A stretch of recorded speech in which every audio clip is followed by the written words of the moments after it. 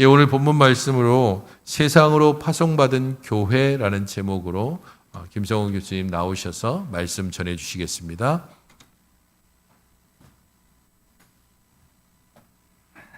할렐루야.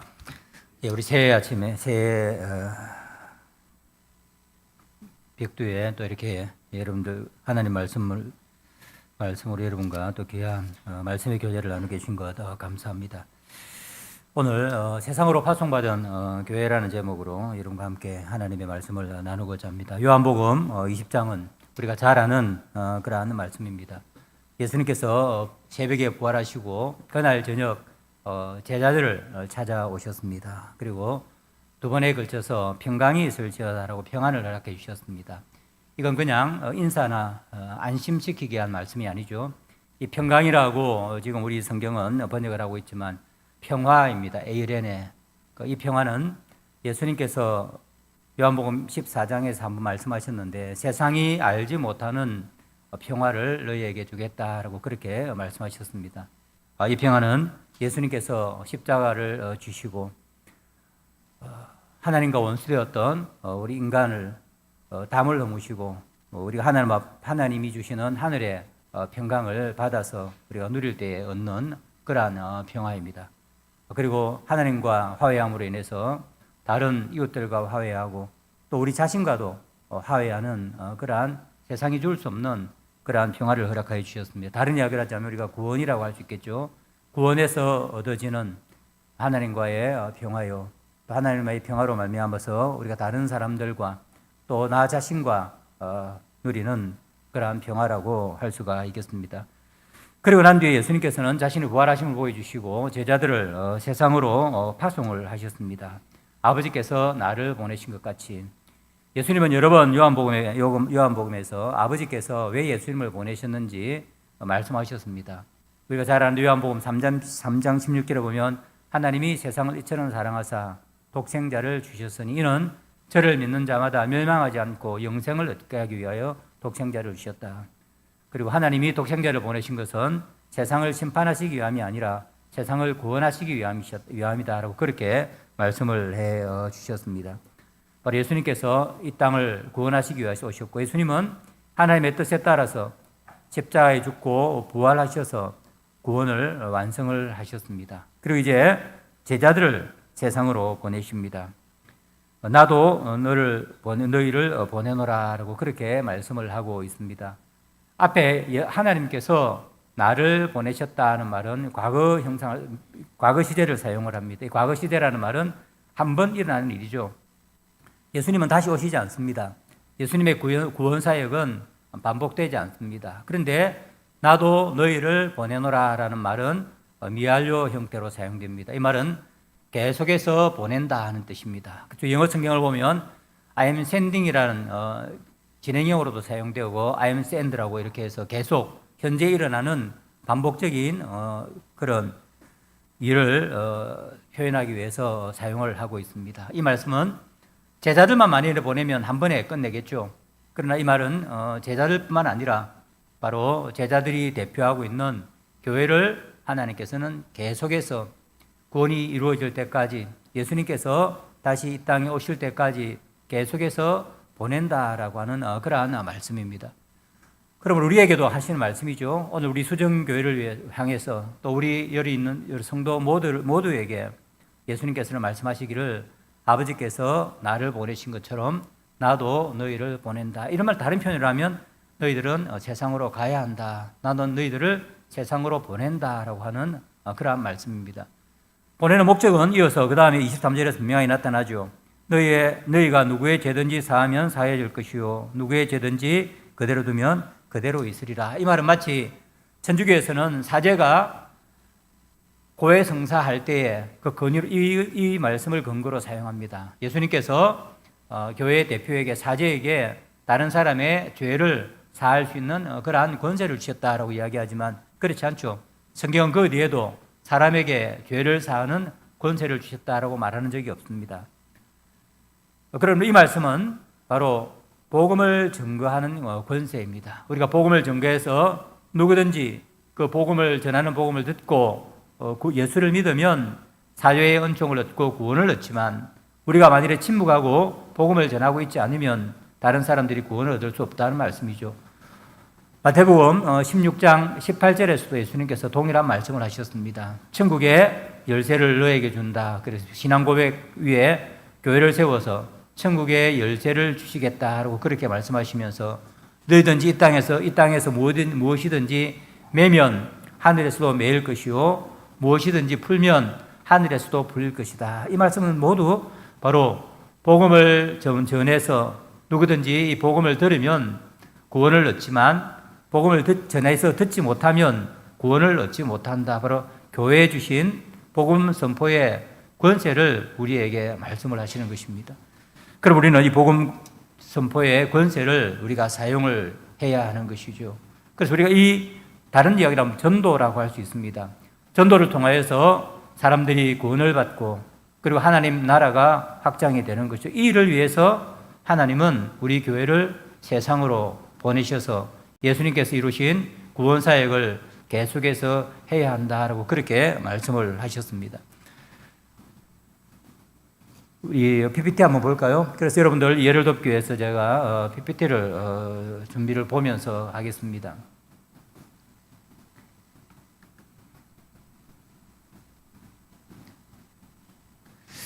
예, 그래서 우리가 하나님 예수님께서는 우리에게 바로 복음 전파의 그런 권한, 권리를 주셨습니다. 이것은 교회의 권리이기도 하고 권한이기도 하고 권세이기도 하고 동시에 바로 우리의 의무라고 할 수가 있습니다.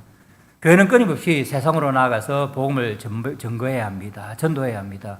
전도할 때 교회가 계속해서 성장하고 확장하고 뿐만 아니라 하나님의 나라도 확장을 하게 되는 것입니다.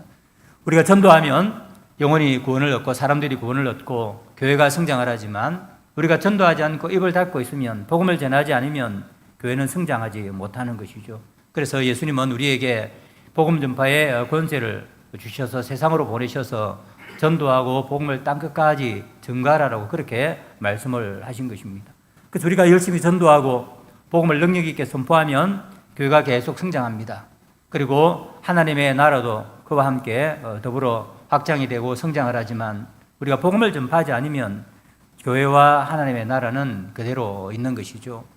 그런데 이제 우리가 전도하는 것이 많이 어려워졌습니다. 제가 처음 예수 믿을 고등학교 때만 하더라도 우리 반 60명 중에 47명 정도가 교회를 다녔습니다. 몇몇 친구들이 우리 반 다 친구들을 전도하자 해서 전도를 시작했는데 거의 50명 가까운 친구들이 교회에 다녔습니다. 그런데 오늘날 정말 교회 다니는 사람들이 적죠. 우리가 가서 복음을 전하려고 하면 복음 전파가 힘든 이유 중에 하나가 뭐냐면 바로 교회에 대한 신뢰도가 점점 떨어지고 있습니다. 호감도도 떨어지고 있습니다. 우리나라 갤럽이라고 하는 설문 조사하는 기관이죠. 통계 기관에서 2023년에 조사를 했습니다.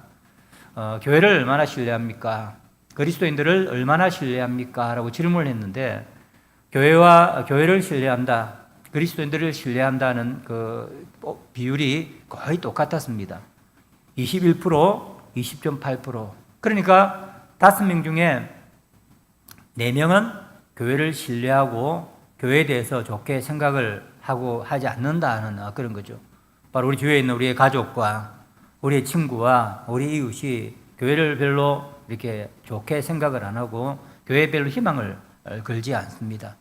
그러다 보니까 교회에 오는 전도에서 교회에 오는 새 신자들이 점점 줄어들고 있는 것이죠. 이것이 바로 오늘 우리 교회가 직면한 도전입니다.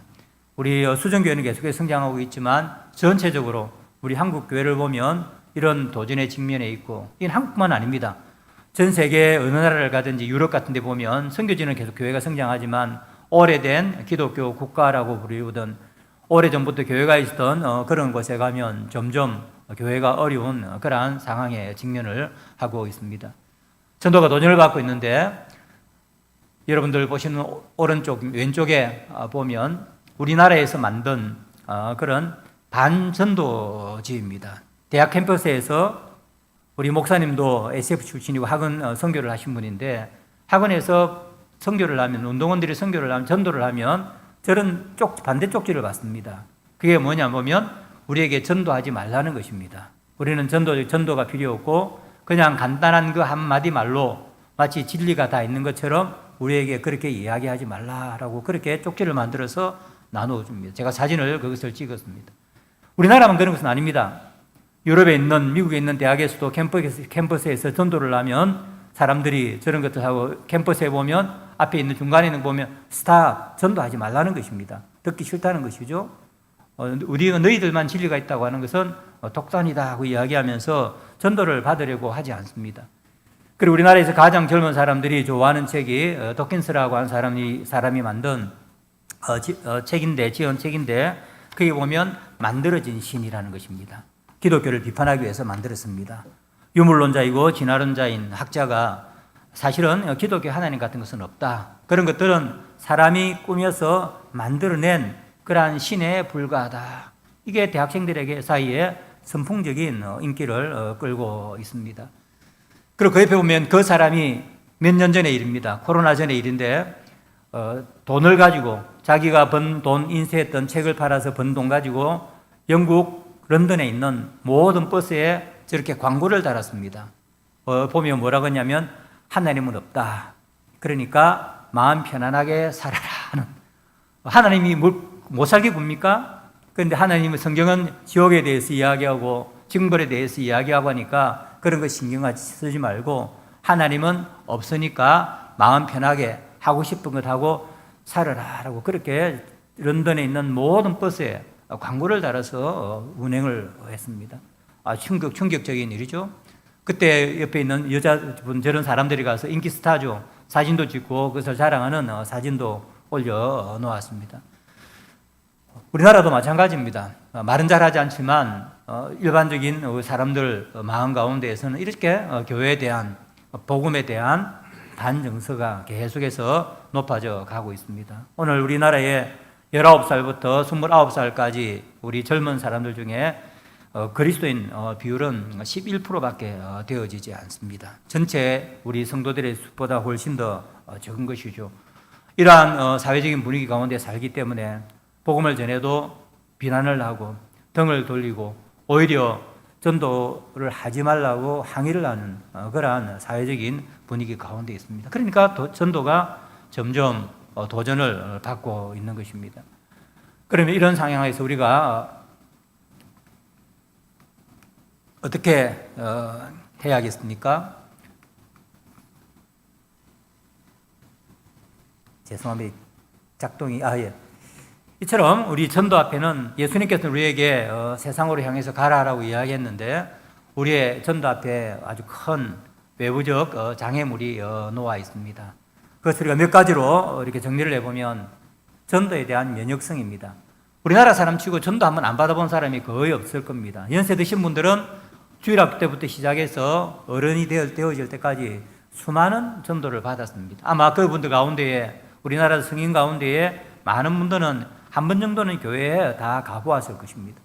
그런데 교회 가보니까 별 것이 없더라는 거죠. 교회 가보니까 구원에 대해서 이야기하지만 교회 보니까 뭐 사람들이 우리와 별반 다를 것 없는 그런 삶을 살고 그리고 별로 기뻐하는 것 같지도 않고 사랑에 대해서 이야기하지만 사랑도 그렇게 별로 찾아볼 수 없는 것 같더라. 그러니까 전도에 대한 면역이 계속해서 생기는 것이죠. 면역이 생기면 전도를 해도 사람들 귀에 잘 들어가지가 않습니다. 그리고 교회에 오라고 이야기하면 교회에서 무슨 이야기를 하는지 안다. 너희들이 어떤 말로 교회에 오라고 하는지 내가 다 안다. 예수님에 대해서도 들었고 구원에 대해서도 들었고 영생에 대해서도 들어서 나는 다 안다. 그러면서 전도를 받으려고 생각을 하지 않는 것입니다.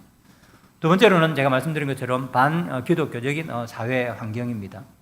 오늘날 우리 젊은이들 가운데 특별히 중년층 젊은 층들은 교회에 대한 반감이 점점 더 많죠. 왜냐하면 동성애라든지 낙태 같은 것들을 반대하면 왜 우리의 자유를 침해하느냐. 그것을 생명에 대한 존중으로 보지 않고 교회가 자신의 삶을 간섭한다고 그렇게 생각을 하죠. 그러면서 계속해서 반기독적인 사회적인 환경이 점점 무르익고 있습니다. 기독교인들은 독선적이고 자기들의 주장만 일삼고 다른 사람들의 자유를 별로 존중하지 않는 그러한 사람들이다. 기독교인들이 더 많아지고 교회가 더 많아지게 되어지면 우리의 자유를 더 억압할 것이라고 하는 근거 없는 이러한 추측을 가지고 계속해서 교회를 공격을 하고 기독교에서 공격하는 기독교적인 사회 환경이 점점 조성되고 있습니다. 여러분들 지난 여름 프랑스 파리에서 있었던 올림픽 개막식 여러분들 보셨을 것입니다. 거기 보면 중요한 아주 큰 충격적인 일이 있었죠. 그것은 뭐냐면 예수님을 조롱하는 그런 퍼포먼스가 올림픽 개막식에서 있었습니다. 그래서 어떤 사람들은 기독교인들 가운데 외국 사람들은 올림픽 경기에 출전을 했다가 그만두고 간 선수들도 있었습니다. 항의하기 위해서인 것이죠. 그것이 전 세계 사람들이 보는 앞에 TV 앞에서 버젓이 그런 것들이 자행되고 있는 것입니다. 바로 그런 것들이 뭐냐면 기독교에 대한 적대감을 공공연하게 그렇게 표현을 한 것이죠. 그리고 또 교회와 그리스도인에 대한 부정적인 이미지 이런 것들이 계속 다 합해지면 우리 전도하는 것이 점점 더 힘든 그런 어려운 가운데 있습니다. 그러니까 전도하기가 쉽지가 않죠. 예수님께서 우리에게 가라고 말씀하셨지만 이런 사회적인 환경을 우리가 뚫고 나가서 복음을 전하기가 쉽지가 않습니다. 그런데 그것만 있는 것은 아닙니다. 이러한 사회적인 환경 가운데 우리 자신들도 전도를 하는데 많은 장애들을 가지고 있죠. 첫 번째가 뭐냐면 두려움과 고정관념입니다. 전도하면 사람들이 나를 비난하지 않을까, 거부에 대한 두려움이 심하죠. 저도 학생들하고 같이 전도를 나갑니다. 올해부터 우리 신대원 학생들이 전도 동아리가 되어서 한 40명이 매주 전도 나갑니다. 전도 나가서 그냥 전도질 안 받고 그냥 가는 것은 괜찮습니다. 그런데 앞에서 모욕을 준다든지 거부를 한다든지 이런 것들이 반복되어지면 정말 견디기 힘들죠. 왜냐하면 지금은 그 누구도 우리한테 나쁜 이야기를 잘 안 합니다. 저도 아이들한테도 나쁜 이야기를 하지 않는데 전도를 하다 보면 사람들이 거절을 하면서 거부를 하면서 제스처라든지 언어라든지 이런 것들을 우리의 자존심을 강하게 사용하는 것입니다. 당신들이나 잘하소. 교회 보니까 목사님들 이런 사람들 신학생으로 이야기하면 그럼 교회 지도자들이 잘하는 게 뭐가 있어? 뭐 이런 식으로 이야기를 하면 정말 자존심 상하죠. 몇 번 그 일을 반복해서 당하면 사람들 앞에 나서서 예수 믿으라고 이야기하는 것이 정말 힘들게 되는 거죠. 거기에다가 또 우리는 고정관념이 있습니다. 사람들을 볼 때에 좀 착하게 보이는 이런 사람들한테는 전도를 할 수 있겠다는 생각이 들지만 좀 거친 사람들, 우리가 보면 술을 먹고 그 다음에 좀 불량하게 보이는 사람들, 사실은 그런 사람들이 복음이 더 필요한 사람들이죠. 그런데 그런 사람들 앞에 나서서 예수 믿으라는 말을 잘 하기 힘든 겁니다. 저 사람은 복음을 받아들이지 않을 거야. 저 사람들은 거친 삶을 살아왔기 때문에 복음을 전한다 해도 소용이 없다 하는 이런 고정관념을 가지고 정작 복음이 필요한 사람들에게 나아가서 복음을 전하지 못하는 그러한 우리의 고정관념의 문제도 있습니다. 그게다 우리는 사실은 또 무관심하죠. 사람들에게 예수를 믿든 안 믿든 그게 무관심하고 또 전도해야 된다는 건 알지만 이런저런 핑계를 대고 전도를 잘 하지 않습니다. 가끔가다 사람들에게 우리 성도님들에게 왜 전도하지 않습니까? 하고 물어보면 전도의 은사가 없습니다. 맞는 이야기입니다. 어떤 사람들은 전도의 은사가 있어서 전도를 잘 하시는 분들이 있습니다. 한 5분만 만나면 교회로 인도하는 그러한 은사를 가지신 분들이 있는 것은 사실입니다. 그러나 성경은 우리에게 은사를 가진 사람만, 하나님이 은사를 준 분만 전도하라는 말을 하시지 않고 우리 모두가 다 복음을 전해야 한다라고 그렇게 말씀을 하고 있습니다. 그러니까 주위에 있는 사람들, 내 옆에 친구, 내 가족이 예수를 믿지 않는데도 불구하고 그들의 영혼에 대한 관심이 별로 없는 것이죠.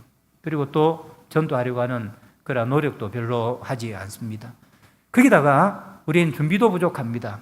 전도하러 나가서 전도를 하다 보면 예수 믿으세요 한마디 하고 나면 그 다음에 할 말이 없습니다. 사람들이 나에게 한번 뭐라고 이야기합니까? 왜 우리가 예수를 믿어야 합니까? 당신이 전하고자 하는 내용이 무엇입니까? 이야기할 때 대답할 말이 별로 없습니다. 그리고 우리의 소망에 대해서 당신은 무엇을 소망하면서 지금 우리에게 예수 그리스도를 증거하고 있습니까? 라고 질문을 하면 대답할 말이 별로 없습니다. 또 반대하는 사람들에게 하나님이 계신 것을 어떻게 알 수가 있습니까? 예수님께서 십자가에 달려 죽으셨다고 합시다.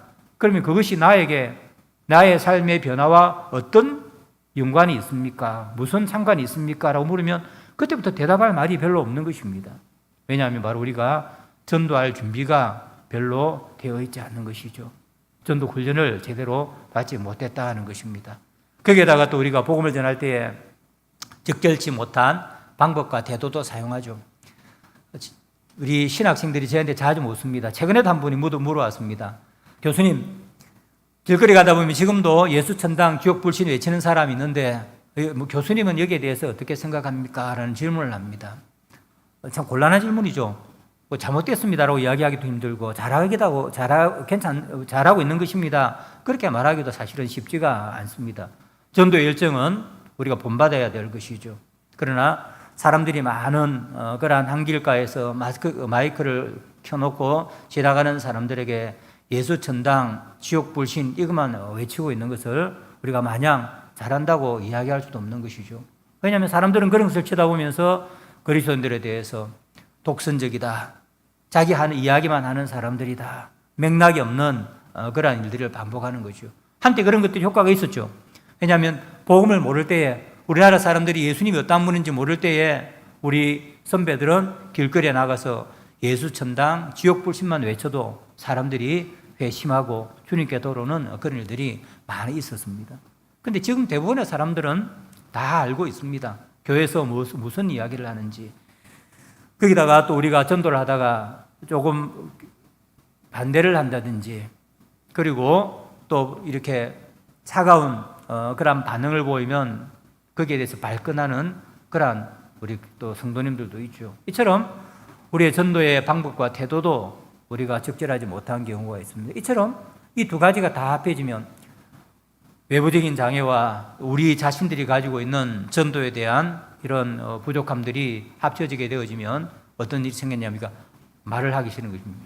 예수님은 우리를 세상으로 보내셨는데 입을 닫고 복음의 증인으로 잘 살아가지 않는 거죠. 최근에 우리 젊은 사람들 몇 명 만나서 수련회 가서 대화를 하는 가운데 솔직하게 이야기하기를, 목사님, 저는 사람들 앞에서 공개적으로 제가 예수 믿습니다 말을 하려고 하면 정말 부끄러워요 라고 그렇게 이야기를 했습니다. 제가 왜 부끄럽습니까? 이야기하면 표현할 수는 없는데 자신 있게 내가 그리스도인입니다, 그것을 말하기가 정말 힘이 듭니다. 자기가 그리스도인이라는 것을 밝히는 것조차 힘이 든다면 그러니까 전도한다는 것은 말할 필요가 없는 것이죠. 그러니까 제가 전도 안 하겠네요. 전도하지 않습니다. 제가 그리스도인이라는 것도 밝히지 못하는데 어떻게 제가 사람들에게 예수님 믿으라고 이야기를 하겠습니까? 그래서 침묵하고 사는 것입니다. 아마 많은 우리 그리스도인들은 예수님을 우리 세상에 보내셨는데 우리는 입을 닫고 침묵하고 지내는 것이죠. 아마 여러분들은 어떻는지 모르겠습니까? 여러분들은 자신 있게 주위에 있는 사람들에게 나는 크리스찬입니다, 내가 믿는 예수님을 당신에게 소개하고 싶습니다, 예수 믿으십시오 라고 여러분들 자신 있게 말씀하고 있는지는 모르겠습니다. 그러면 이런 장애들, 우리 밖에 있는 장애들, 또 우리 자신들의 부족함, 이런 것들을 극복하고 어떻게 우리가 예수님의 복음을 세상에 전할 수 있겠습니까? 이것을 우리가 극복하고 전도하려고 하면 우리가 두 가지를 꼭 기억을 해야 된다고 생각합니다. 첫 번째는 뭐냐면 바로 교회가 어떤 곳인지, 교회가 무엇인지에 대한 교회의 정체성을 우리가 알아야 하고, 두 번째로는 지금까지 우리가 알고 있던, 사용하고 있던 전도 방법을 다시 한번 생각을 해 보아야 합니다. 먼저 우리 교회가 어떤 곳인지 우리가 알아야 합니다. 그냥 사람들 모여서 세상에 있는 다른 많은 그러한 단체들처럼, 자발적인 단체들처럼 그냥 모이면 교회가 아니죠. 우리는 교회가 무엇인지를 알아야 하는데, 제가 그것을 이해를 돕기 위해서 잠깐 도표를 만들어 보았습니다. 교회는 세상 가운데 항상 존재합니다. 세상으로부터 떠나서 세상과 다르게 있는 교회는 없습니다. 예수님께서 교회를 세상으로 보내셨기 때문입니다. 그런데 교회는 세상 가운데에서 불러낸 하나님의 백성입니다. 그래서 교회라는 말, 구약, 히브리어, 신약, 헬라어, 그 모든 것들은 뭐냐면 다 하나님께서 세상 가운데에서 불러낸 사람들의 모임, 이것이 바로 교회입니다. 그것을 우리는 하나님의 백성이라고 이야기할 수 있겠죠. 우리가 성경에 보면 아브라함과 그 자손들을 열방 가운데에 불러서 하나님의 백성으로 삼으셨습니다. 그리고 또 신약에서는 이것을 우리가 예수 그리스도의 몸이다라고 그렇게 말씀을 하죠. 우리는 세상 가운데에 부름을 받아서 하나님께서 예수님의 피로 값주고 우리를 불러 모으셔서 한 몸으로 만드신 예수 그리스도의 몸입니다. 그리고 이것은 성령의 또 피조물입니다. 우리가 마음대로 모인 것이 아니라 바로 성령의 역사로 인해서 우리가 예수를 믿고 세상으로부터 부름을 받아서 한 예수 그리스도의 몸을 이루는, 이것을 우리가 성령께서 만드신 피조물이다라고 그렇게 말씀을 할 수가 있습니다. 이 교회는 세상 가운데에 존재를 합니다. 우리는 그냥 우리가 스스로 생각해서 우리가 좋아서 한 자리에 모인 것이 아니라 바로 예수님께서 세상으로부터 세상 사람들 가운데에 우리를 불러서 모으셔서 하나님의 백성 예수 그리스도의 몸으로 삼은 그런 공동체가 바로 교회입니다. 그런데 이 교회는 세상으로부터 우리가 부름을 받지만 동시에 하나님은 오늘 우리가 읽었던 성경 말씀처럼 계속해서 세상으로 다시 파송을 합니다. 그래서 교회는 우리는 늘 하나님께서 세상으로부터 하나님께서 불러내신 공동체라는 것은 우리가 잘 알고 있습니다. 그러나 거기서 끝난 것이 아니라 바로 하나님이 불러내신 이 공동체를 또 다시 예수님은 매주일마다 계속 우리를 세상으로 다시 파송하고 보내고 계십니다. 이것을 우리 칼빈과 같은 우리 종교 개혁자, 우리 개혁주의자들은 한마디로 이렇게 표현을 했습니다. 모이는 교회와 흩어지는 교회, 이렇게 표현을 해요. 우리는 항상 교회입니다. 교회 건물 안에 있을 때만 교회가 아니라, 한 자리에 모여 있을 때만 교회가 아니라, 우리는 하나님의 백성이요 그리스도의 몸이기 때문에 예배 시간을 마치고 세상에서 각자 일을 할 때도 우리는 교회로 파송받아서 우리가 그곳에 있는 것입니다. 하나님은 우리를 예배로 모으시고 다시 세상으로 보내시고 하는 일을 계속해서 반복하시는 것이죠. 그래서 우리가 예배를 드릴 때에 어떤 교회들은 보면 예배로의 초청이라고 해서 예배를 시작할 때 하나님이 우리를 부르시는 그러한 성경 구절을 먼저 읽고 예배를 시작하는 그러한 교회가 많이 있습니다. 하나님이 우리를 불러 모으시는 것이죠. 하나님의 백성을 매주일마다 하나님은 우리를 불러 모으십니다. 그것을 우리가 예배하는 공동체, 바로 모이는 교회라고 할 수 있죠. 하나님은 끊임없이 매주일마다 우리를 교회로 부르셔서 하나님이 이곳에 임재하셔서 우리의 예배를 받으시고, 그리고 우리와 교제하시면서 삼위 하나님께서 우리에게 복을 내려주십니다. 여기서 끝이 아니에요. 우리는 여기만 교회라고 이야기하면 이때부터 문제가 생기는 것입니다. 복 주신 교회를 하나님은 예배를 마치고 나면 다시 세상으로 파송을 합니다. 우리가 예배 시간에 예배의 순서 가운데 이것이 분명하게 드러나죠. 바로 마지막에 하는 축도입니다. 축도는 예배한 자들에게 내려주신 하나님의 복입니다. 예배를 시작할 때 축도부터 하고 복부터 받고 예배를 시작하면 되는데, 하나님은 왜 예배를 다 마치고 우리가 교회당 문을 나서서 흩어지기 전에 축도를 하라고 하셨습니까? 구약 성경부터 그렇죠. 그것은 뭐냐면 바로 예배하는 자들에게 복을 주셔서 받은 복을 가지고 세상에 나아가서 흩어지는 교회로서의 사명을 감당하도록 하기 위해서 받은 복을 세상 사람들에게 나누어 주라고 우리에게 축도를 하시는 것입니다. 우리 구약 성경에 보면 그것이 아주 분명하게 드러납니다. 민수기에 보면 하나님께서 모세에게 명령하시기를 제사장들에게 명령해서 이렇게 축도를 하게 하라. 그러면 내가 복을 주겠다라고 그렇게 말씀했습니다. 그래서 예배를 마치고 나면 축도를 하면 성도들은, 구약의 백성들은 그 제사장들이 축복을 할 때 마지막 화답을 했습니다. 그 성경 구절 중에 하나가 시편 67편입니다. 67편 보면 민수기의 내용을 그대로 봐서 하나님은 우리에게 복을 주시고 그 얼굴빛을 우리에게 비춰사 긍휼을 베풀어 주시고, 그렇게 하나님 지금 제사장들을 통해서 예배하는 우리에게 내려주시겠다고 약속 선언하신 그 복이 우리의 것이 되게 해 주십시오. 그 다음에 중요한 것이 뭐냐면, 그라에서 세상 모든 만문이 바로 이 하나님 복을 받게 하여 주십시오. 우리만 복 받는 것이 아니라 바로 하나님 주신 그 복을 받아서 우리가 나가게 될 텐데, 바로 세상 만민들이 하나님을 알게 하여 주십시오라고 그렇게 기도를 했습니다. 시편 67편을 제가 한번 읽겠습니다. 제사장이 축도를 했습니다. 오늘 우리 목사님이 축도를 했습니다. 그러면 여러분들이 우리는 성가대에서 아멘송을 하든지 아니면 우리가 반주를 통해서 우리 축도 하나님께서 내려주신 복에 대한 아멘을 하죠. 이스라엘 백성들이 이렇게 아멘을 했습니다. 하나님은 우리에게 은혜를 베푸사 복을 주시고 그의 얼굴빛을 우리에게 비추사 주의 도를 땅 위에 주의 구원을 모든 나라에게 알리소서. 하나님이여 민족들이 주를 찬송하게 하시며 모든 민족들이 주를 찬송하게 하소서. 1절은 민수기에서 이야기한 제사장의 축복을 하나님 그 복이 우리의 복이 되게 하십시오. 그 다음에 뭘 하고 이야기합니까? 그래서 주의 도를 땅 위에 주의 구원을 모든 나라에게 알리소서. 하나님이여 민족들이 주를 찬송케 하시며 모든 민족들이 주를 찬송케 하소서. 하나님 주신 복을 받아서 우리가 이 복을 세상에 나누어 모든 민족들이 바로 주님을 우리처럼 주님을 찬송하게 하옵소서. 그렇게 기도한 것입니다. 그래서 우리도 축도할 때 마지막에 축도할 때 아멘 아멘 할 때 그리고 우리가 축도를 하고 난 뒤에 마지막에 뭘 합니까? 다시 파송 노래를 부르는 곳이 있죠. 제가 유럽에 있던 교회 몇 교회에 가보면 유럽 교회 한 교회는 아주 인상이 깊었는데 축도를 하고 난 뒤에 항상 매주일마다 마태복음 28장에 지상명령을 파송합니다. 그러므로 아버지와 아들과 권세를 주셔서 가서 너희는 모든 민족으로 제자를 삼아라. 그걸 외치고 난 뒤에 목사님이 앞으로 나갑니다.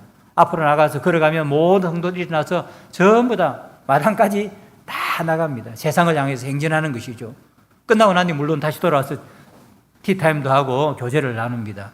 그러나 이분들이 그걸 왜 그런 식으로 하느냐면 하나님이 우리에게 모이게 한 이유, 모여서 우리에게 예배를 주신 이유가 다시 세상으로 보내시기 위해서 복을 주셔서 그 복을 나누라고 세상으로 파송하시기 위해서 우리에게 복을 주신다 하는 바로 그 사실입니다.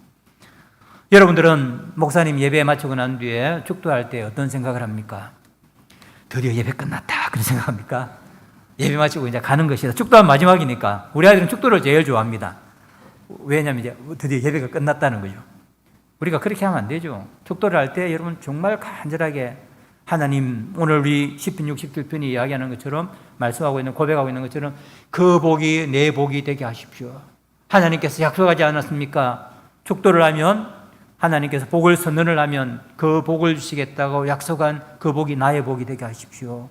그래서 내가 나아가서 사람들에게 복음을 전해서 모든 민족이 복음이 땅 위에 주의 구원이 모든 나라에게 알려지고 모든 민족들이 우리의 주에 사는 모든 사람들이 주를 찬송게 하여 주십시오. 그렇게 고백하는 것입니다. 그럼 교회는 끊임없이 이것을 반복하는 것이죠.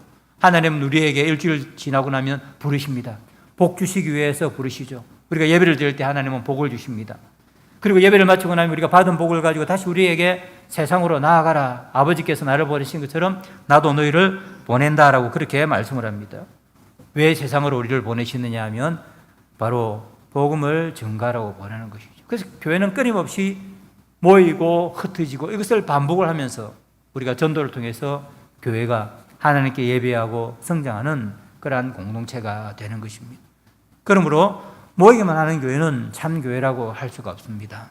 모여서 우리끼리 즐겁고 우리끼리 구원의 기쁨을 노래하고 끝나고 나면 아무것도 없는 것은 참 교회라고 할 수 없는 것이죠. 교회는 끊임없이 모이고 받은 복을 다시 세상에 전하기 위해서 흩어지고 그리고 한 일주일 지나면 또 우리가 힘이 딸리지 않습니까? 또 우리가 하나님이 주시는 은혜가 필요합니다. 그럼 다시 모여서 말씀과 성도의 교제와 하나님 임재를 통해서 주시는 그 복을 가져가서 다시 나아가서 그 복음을 전하고 이것을 반복하면서 우리는 복음을 전하고 교회를 성장을 하는 것입니다. 그러므로 교회가 건강하게 성장하고 계속해서 자라려고 하면 이 두 가지가 다 있어야 되는 것이죠. 바로 모이는 교회와 흩어지는 교회가 교회로서의 기능을 우리가 다 해야 됩니다. 우리 모이는 교회를 보면 우리 사도행전 2장에 보면 모이는 교회가 뭘 하는지를 볼 수 있죠. 우리는 모여서 뭘 합니까? 먼저 하나님 앞에 예배를 드립니다. 하나님 앞에 온전한 예배를 드리고 그리고 우리는 성도들 간에 교제를 나눕니다. 우리가 받았던 은혜, 서로를 위로하고 서로를 세우고 서로를 가르치고 그 다음에 성도들을 양육을 하죠. 처음 믿은 사람들, 부족한 사람들을 우리는 하나님의 말씀을 가지고 계속해서 성장시키고 양육시키죠. 그리고 교회에 초청받아서 온 그 사람들을 교회 안에서 복음을 전하고 또 전도를 합니다. 이런 주로 목사님께서 하시죠. 목사님이 매주일 선포하시는 그 설교의 말씀을 통해서 사람들에게 복음이 제시되어지고 사람들은 그 복음의 말씀을 듣고 예수님을 믿게 되는 것입니다. 바로 이것이 초대 교회가 성장했던 비결입니다. 모일 때마다 그곳에는 뜨거운 은혜로운 예배가 있고 서로 성도들 간에 가난한 사람과 내 것이라고 아무것도 하지 않고 모든 것을 함께 공유하고 나누는 그러한 성도들 간의 코이노니아 교제가 있고 그리고 새로운 사람들이 양육을 받고 그리고 선포되어지는 하나님의 말씀을 통해서 온 사람들이 전도받아 온 사람들이 거듭나는 역사가 일어나는 이것이 바로 모이는 교회가 늘 해야 하는 것입니다. 그런데 우리가 이런 예배가 제대로 드려지지 않고 교제가 없고 양육이 없고 그리고 전도가 복음이 선포되어지는 전도가 없다면 바로 하나님께서 부르시는 모이는 교회의 역할들을 제대로 할 수가 없겠죠. 그리고 난 뒤에 또 우리 교회는 하나님께서 흩어집니다. 교회를 세상으로 보내는 것이죠. 세상에 나아가서 온 성도들은 바로 이 복음을 전하라고 우리를 세상으로 보내는 것입니다. 그래서 우리는 매주일 이 모이는 교회에 충만한 은혜를 받고 다시 흩어져서 나아가는 것입니다. 그래서 예수님께서는 오늘 우리가 읽었던 성경 말씀처럼 아버지께서 나를 보내신 것처럼 나도 너희를 보낸다라고 말씀하십니다. 그럴 때 그냥 보내는 것이 아니죠. 하나님은 우리를 빈손으로 세상에 보내는 것은 아닙니다. 하나님께서는 두 가지 우리에게 손에 쥐어주시는 것이 약속을 하신 것이 있는데 바로 성령을 먼저 주셨죠. 성령을 받으라. 보내실 성령을 받으라. 그래서 예수님은 제자들을 파송하는 대위임령 가운데 항상 성령이 임하시면 성령을 받으면 권능을 받고 증인이 되어라라고 그렇게 말씀하시고 오늘 말씀도 성령을 받으라라고 그렇게 말씀을 하고 있는 것입니다. 왜냐하면 전도는 우리가 사람을 변화시킬 수는 없습니다. 이처럼 많은 저항과 박해와 그리고 어려움 있는 세상에서 우리가 그리스도인의 증인으로서 살아가려고 하면 전도하려고 하면 성령의 은혜가 필요한 것이죠. 그리고 우리가 전도할 때에 성령이 함께 해주셔야 우리가 전하는 복음이 사람들의 마음을 움직이고 그리고 능력을 우리가 기도할 때 능력이 드러나야 사람들이 비로소 저 사람들이 말로만 하는 것이 아니라 실제로 하나님이 살아계시는 거구나 하는 것을 사람들이 보고 깨달을 수가 있기 때문입니다. 성령을 주시고 또 한편 하나 주신 것이 뭐냐면 바로 믿는 자에게 사제를 전하는 권세입니다. 바로 복음을 전하는 권세라고 할 수 있습니다. 우리가 복음을 전하면 이게 아무것도 아닌 것 같아도 엄청난 일이죠. 한 사람의 영혼을 뒤흔드는 것입니다. 그래서 예수님께서는 너희가 누구의 죄든지 사하면 사해짐을 받지만 그대로 두면 그대로 있을 것이다. 이 말은 복음 증거입니다. 너희들이 복음을 증거하면 그 복음을 듣는 사람이 회개하고 새로운 거듭나 하나님의 백성으로 구원을 얻겠지만 너희들이 침묵하고 있으면 그 아무 일도 일어나지 않고 그대로 있는다라고 하는 바로 그러한 말씀입니다. 바로 우리에게는 성령과 함께 이 사람을 구원하는, 사람을 변화시키는 사제의 은총을 주는 복음 선포의 권세를 우리에게 주셨습니다. 이것은 다른 그 누구에게도 주지 않았습니다. 오직 교회만 주신 권세죠. 그럼 우리는 교회는 이것을 가지고 나아가서 복음을 전해야 하는 것입니다. 그래서 우리 흩어지는 교회에 주신 권세, 그리고 교회는 이것을 가지고 나아가서 전도를 하는데 이 교회 전도는 모이는 교회도 전도를 하고 흩어지는 교회도 또 전도를 하고 이것을 우리가 다른 이야기를 하자면 모이는 교회는 뭐냐면 찾아오게 하는 전도라고 할 수가 있습니다.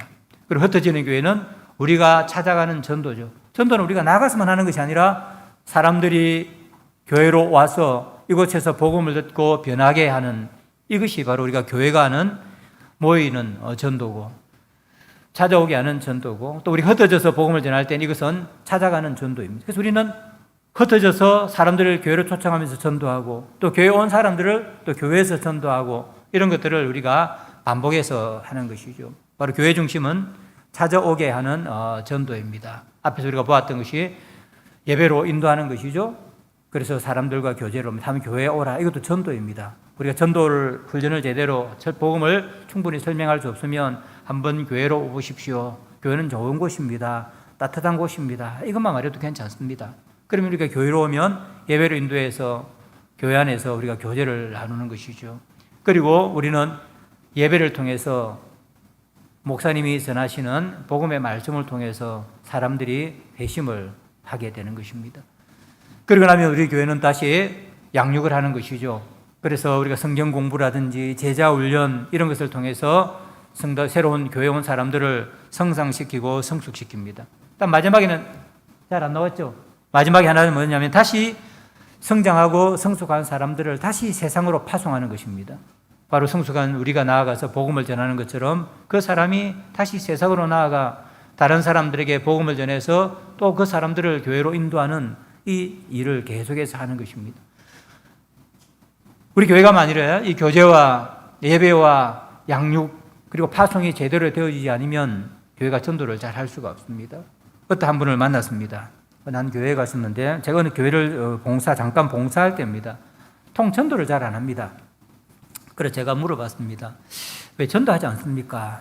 예수님께서 우리에게 전도하라고 하셨는데 왜 몇몇 분들입니다. 와서 우리 교회는 전도를 잘 하지 않는 것 같은데 왜 전도를 잘 하지 않습니까? 라고 질문을 한 적이 있습니다. 그때 충격적인 이야기였습니다. 바로 이 교회의 전도가 제대로 이루어지지 않기 때문입니다. 그 말은 뭐냐면 우리가 사람을 전도해 오는 것은 해올 수 있습니다. 그런데 우리는 확신이 없습니다. 우리 교회에 와서 이 사람이 복음의 능력을 맛보고 그리스도 안에 사랑을 맛보고 목사님이 선포하는 그 말씀을 듣고 이 사람이 회심을 하고 그리고 교회 안에서 성숙하고 성장해서 예수님이 원하는 제자로 다시 세상에 나아가서 복음을 전파할 수 있는 그런 사람이 된다는 확신이 없습니다. 그렇게 이야기를 했습니다. 그래서 어떻게 합니까? 그러니까 다른 교회로 전도를 합니다. 왜냐하면 우리 교회 오면 한 번 와서 교회가 이런 곳이고 하고 다시는 별로 뜨겁지도 않고 예수를 안 믿은 것 같으니까 오늘 바로 이야기하는 사도행전과 같이 이런 일들이 잘 이루어지는 그 교회에 제가 전도를 합니다. 우리 교회만 꼭 예수 믿어야 되는 건 아니지 않습니까? 그렇게 가야 그 사람이 복음의 능력도 보고 목사님의 말씀을 듣고 그 사람이 회심을 하고 성장을 해서 바로 좋은 그리스도인으로서 복음을 전하는 사람이 될 수 있다고 확신합니다. 그런데 우리 교회는 뭔가가 부족합니다. 그래서 전도를 잘 안 합니다. 그래서 우리가 바깥에서 아무리 전도하라고 한다 하더라도 우리 교회가 이런 교회가 되어지지 않으면 우리 교회가 바로 이런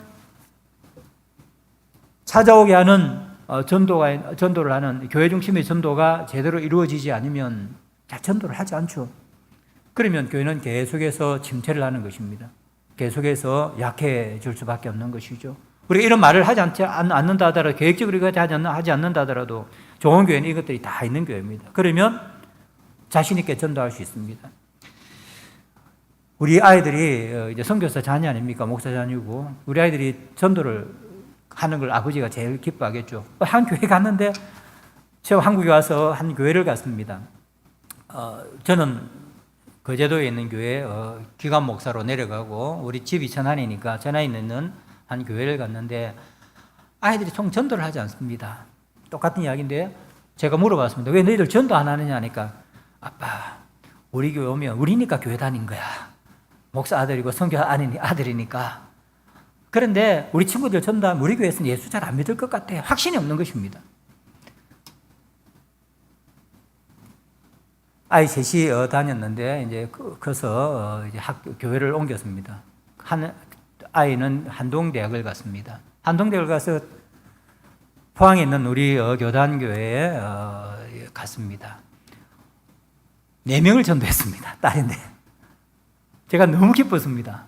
니 전도 잘하네? 아빠, 우리 교회는 한 번만 데려오면 예수 믿어요.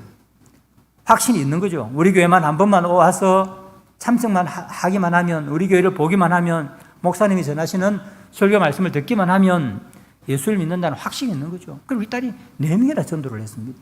그 교회는 벌써 예배당을 몇 년 사이에 2번이나 우리 목사님도 잘 아시는 SFC 간사 출신의 교회, 이름은 내가 하지 않겠습니다. 그런 교회입니다. 교회에 대한 자부심과 긍지와 기쁨이 있는 것이죠. 그러니까 전도하는 것입니다. 아들도 마찬가지입니다. 고등학교를 가면서 기숙사인 학교를 갔는데 가자마자 2사람을 전도했습니다. 너도 전도하네? 아빠, 우리 교회는 아주 좋은 교회야. 우리 고등부 오기만 오면 마음이 확 변하고 이 친구들 예수 믿고 변해야 되는 친구들인데 내가 확신이 있어서 그러면서 친구 두 사람을 전도를 했습니다.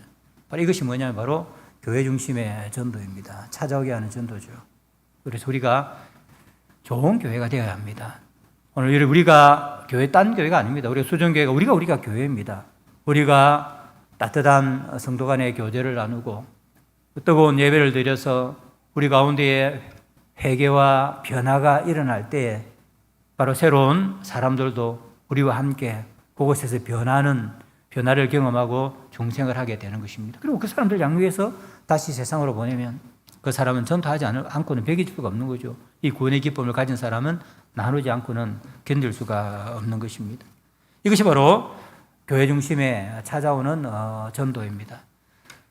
그래서 우리 교회 중심에 찾아오는 전도는 바로 예배를 통해서 성도의 교제를 통해서 성경 공부를 통해서 삼위 하나님의 임재와 복주심을 이곳에서 충분히 경험을 하는 것입니다. 예배의 중심으로서 교제를 나누고 회심하고 양육이 이루어질 때 바로 우리는 한번 발만 디디기만 하면 지나가다가 어떤 좋은 교회가 있는 데에서 한번 찾아온 사람이라도 이 교회가 정말 좋은 교회구나. 그래서 그곳에서 회심을 하고 변화가 일어나는 것입니다. 그 다음에 또 우리가 해야 되는 것이 여기서 끝나는 거 아니죠. 우리는 파송을 받아서 우리가 나아갑니다. 우리가 교회가 파송을 받을 때 이것을 우리는 개인 중심의 전도라고 할 수 있죠. 그리고 여기서 우리가 찾아가는 전도라고 할 수가 있습니다. 우리가 찾아가는 전도는 뭡니까? 바로 예배를 통해서 먼저 우리가 복을 받아야 됩니다. 우리가 복 받지 못하고 바싹 말라 있는데 우리가 뭘 할 수 있겠습니까? 우리의 기원의 기쁨이 없는데 사람들한테 찾아가서 당신 예수 믿으시오. 그런 말이 나오겠습니까? 잘 나오지가 않죠. 우리가 성령으로 충만하고 구원의 기쁨이 넘치게 되어지면 이 복음을 전하지 않을 수가 없는 것입니다. 그런데 억지로 전도하라면 예배를 통해서 복을 받지 못했는데 그냥 가서 예수 믿으세요. 영혼 없는 그런 이야기를 한다고 해서 사람들이 교회를 나올 수가 없는 거죠. 그래서 먼저 복을 받고 그 다음에 우리는 교회 문을 나갈 때마다 항상 기억해야 되는 것은 뭐냐면 하나님이 나를 세상으로 파송하신다. 아버지께서 지금 나를 보내신다. 나의 일자리, 내가 사람들을 믿지 않는 사람들을 만나는 그곳이 바로 나의 세상입니다. 가서 뭐합니까? 그리스도를 복음을 나누고 그리스도를 증언을 해야 합니다. 그리고 난 뒤에 다시 그 사람들을 우리가 교회로 인도를 해오는 것이죠. 그러면 바로 교회가 앞에서 말씀드렸던 예배를 중심으로 해서 교제와 회심과 말씀과 양육을 통해서 그 사람이 변화하도록 그러니 이것이 계속해서 반복되어질 때 교회는 성장하라고 예수님께서 우리에게 전도하라 하실 때는 바로 이것을 말씀을 하신 것입니다. 우리가 개인 중심의 전도를 좀 더 한번 찾아볼까요? 세상으로 파송을 받은 우리의 교회의 사명이 있습니다. 그래서 우리는 말로만 전도하라는 말씀이 아니죠. 세상으로 우리가 보낼 때 예수님은 하나님이 예수님을 이 땅에 보낼 때 여러분 많이 아마 들어보셨을 것입니다. 예수 그리스도라고 이야기하죠. 그리스도라는 말이 뭡니까? 기름 부음 받은 자입니다. 구약 성경은 기름 부음 받은 세 사람이 있었죠. 선지자와 제사장과 그리고 왕입니다. 예수님은 완전한 선지자로서 완전한 제사장으로서 그리고 이 세상을 다스리는 왕으로서 이 땅에 오셨습니다. 이 삼중직을 수행하심으로써 우리를 구원하신 것이죠. 선지자로서 온전한 하나님의 말씀을 전하셨습니다. 제사장으로서 우리를 하나님께 인도했을 뿐만 아니라 단번에 자기 몸을 제물로 내어드린 그러한 제사장이셨습니다. 왕으로 사탄을 정복하고 죽음을 이기고 세상을 통치하는 왕으로서 하나님 예수님은 온전한 왕으로서 세상을 지금도 하나님 우편에서 통치를 하고 계시는 것이죠. 바로 이것이 세상으로 파송받은 교회의 사명도 마찬가지입니다. 예수님께서 아버지께서 나를 보내신다고 할 때 너희들도 나아가서 세상에서 이 삼중직을 수행함으로써 복음을 전가하라, 구원사역을 하라라고 그렇게 말씀하시는 것입니다. 우리가 베드로전서 2장 9절에 보면 여러분 많이 잘 아시는 말씀이죠. 너희는 택하신 족속이요 왕같은 제사장들이요 거룩한 나라요 그의 소유된 백성이니 이는 너희를 거룩한 데서 불러내어 그의 기이한 빛에 들어가게 하시니에 아름다운 덕을 선포하게 하시니라. 옛날에는 선전하게 하시니라 라고 그렇게 말씀하셨습니다. 베드로는 예수님의 이 말씀을 우리들은 왕이요 선지자요 제사장으로서 우리가 세상 가운데 살면서 이 아름다운 덕 복음을 선포해야 된다라고 그렇게 말씀을 하고 있습니다. 이것을 다시 또 그림으로 표현해 보면 이 세 가지는 나누어지는 것이 아니죠. 세상 가운데 우리는 한 직분, 한 사명입니다. 그것은 바로 우리는 하나님의 왕으로서 왕직, 선지자직, 제사장직을 세상에서 수행함으로써 복음을 선포하고 있는 것입니다. 그런데 주로 우리가 하는 일은 무엇입니까? 전도하면 항상 말로 전하는 것만 생각합니다. 바로 선지자직이죠. 한국교회는 선지자직은 잘하는 것 같습니다. 예수 믿으라, 복음 증거를 많이 하고 있습니다. 그런데 말로만 계속하게 되어지면 뭡니까? 면역이 생기는 것이죠. 사람들은 듣기 싫은 것입니다. 사람들은 귀로만 복음을 듣는 것이 아니라 복음을 보고 싶고 복음을 느끼고 싶은 것이죠. 그런데 한국교회는 이 선지자직만 계속해서 열심히 하기 때문에 선포하는 것은 잘하는데 제사장직과 왕직을 제대로 하지 못합니다. 그러므로 우리는 복음을 전할 때 교회가 되었던 개인이 되었던 우리가 이 세 직분을 가지고 우리는 복음을 전거해야 되는 것이죠. 그것은 뭐냐면 왕직과 선지자직과 제사장직을 수행하는 것입니다. 우리는 복음을 통해서 말로 선지자직을 통해서 복음이 무엇인지를 사람들에게 분명하게 들려주어야 됩니다. 그런데 보이지 않는 복음이 사람들의 눈에 드러나게 하는 것은 제사장직과 왕직입니다. 제사장직이 무엇이겠습니까? 다른 사람들을 위해서 희생하는 것이죠. 하나님과 인간 사이에 중재를 통해서 사람들이 하나님으로 나아가도록 하는 것입니다. 이것은 희생이 필요합니다. 예수님께서 온전히 자기를 제물로 드렸듯이 다른 사람들을 섬기고 봉사하는 것이 필요하죠. 왕직은 또 무엇입니까? 왕직은 바로 하나님의 통치가 있다는 것. 우리가 의로운 삶을 살고 그리스도인이 있는 곳에서는 어둠이 물려가고 정직과 공의가 그 사람 주위에 흘러넘치게 되어질 때 사람들은 하나님의 나라의 임재를 보게 되는 것이죠. 제가 오기 전에 손을 씻기기 위해서 남자 화장실에 보니까 칼빈이 한 말이 앞에 딱 서 있었습니다. 너무 멋있는 말이었습니다. 그게 뭐냐면 바로 우리 성도들의 임무는 보이지 않는 나라를 보이게 하는 것이다 하는 것을 써놨습니다. 맞는 이야기죠. 우리가 늘 하나님 나라에 대해서 이야기합니다. 그게 뭔가 사람들은 잘 모릅니다. 그래서 우리가 해야 될 일은 보이지 않는 하나님의 나라를 보이게 하는 것인데 그것이 바로 왕직이죠. 우리가 정직하게 살 때, 공의롭게 행할 때 예수 안 믿는 사람들끼리 모여서 어둠이 있고 공의가 이런 게 드러나지 않는데 예수 믿는 사람이 있는 곳에 이 모든 것들이 밝게 드러날 때 그 사람의 직업이 무엇인지 어떤 일을 하든지 바로 하나님이 다스리면 바로 빛이 임하게 되어지면 세상이 밝아지고 깨끗해지는구나. 그리고 모든 사람들이 유익을 누리는구나. 그것을 보게 해주는 것입니다. 그래서 예수를 믿는다는 게 무슨 의미고 예수를 믿을 때 어떠한 일이 일어난다는 것을 알게 되어지는 것이죠. 제사장도 마찬가지입니다. 우리가 이기적으로 예수 믿는 사람은 전도를 하면서 다른 사람을 희생하지 않고 자기 것 다 챙기고 있으면 누가 그 사람을 전하는 복음을 듣겠습니까? 말과 행동이 다른데요. 행동을 통해서 복음이 보여질 때 사람들은 복음이 진실하다, 저 사람이 전하는 복음이 사실이다 하는 것을 알게 되어지는 것입니다. 그래서 우리는 복음을 전할 때 우리가 기억해야 되겠어. 말로만 복음을 전하는 그것도 중요합니다. 그러나 우리는 제사장직과 왕직을 수행해서 봉사와 정의로운 삶을 살아서 이것을 위해서 세상을 보는 것이죠. 그런데 오늘 우리 교회는 이것을 별로 잘 약한 것 같습니다. 선지자직은 그래도 나가서 복음을 말로 전하는 일은 훈련도 받고 꽤 잘하는 것 같습니다.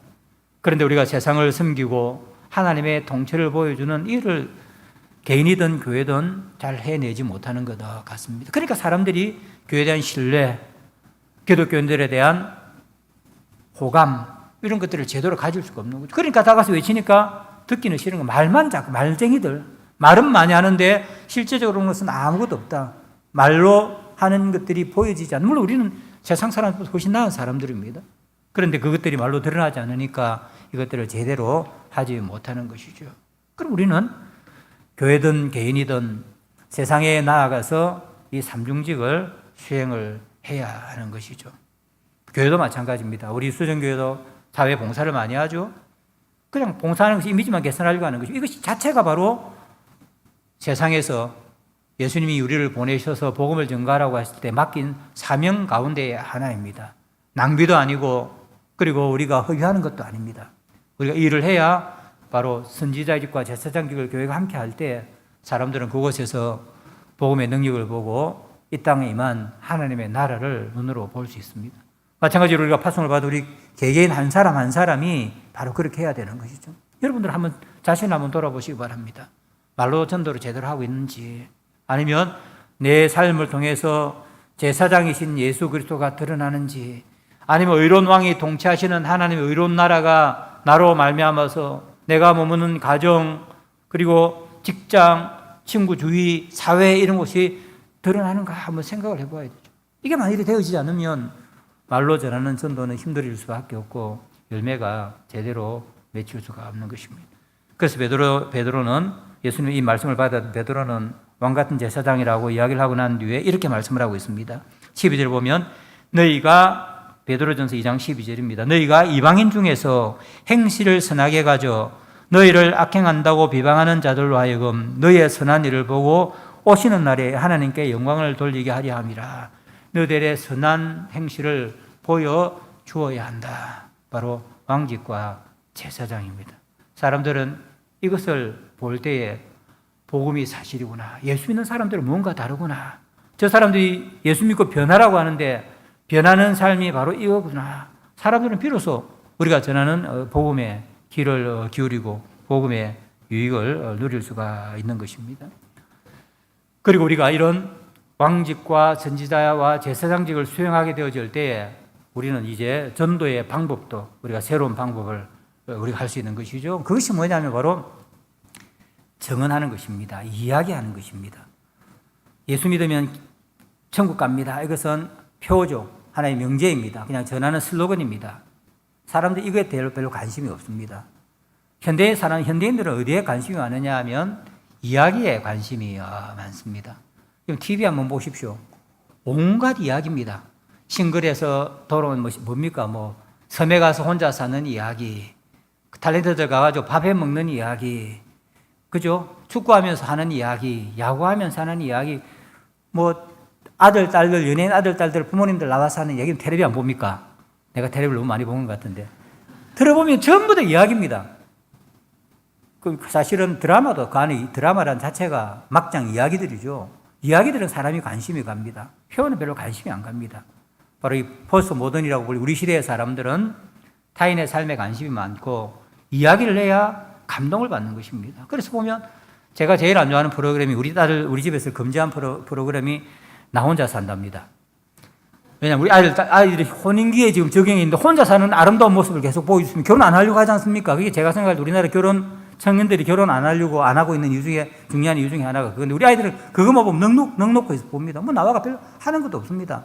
혼자 사는 사람이 놀러 가고 이거 하고 저거 하고 하는데 거기다가 이렇게 TV에 빨리 들어갈 정도로 이렇게 쳐다보고 있는데 그 안에는 왜 그런가 하고 쳐다보니까 다 이야기죠. 그 사람이 혼자 살아가는 이야기입니다. 현대인들은 이야기에 관심이 많습니다. 그래서 우리도 마찬가지죠. 우리가 하는 전도가 사람들에게 드리려고 하면 예수 믿으세요 이런 한마디 말보다 이야기가 있어야 됩니다.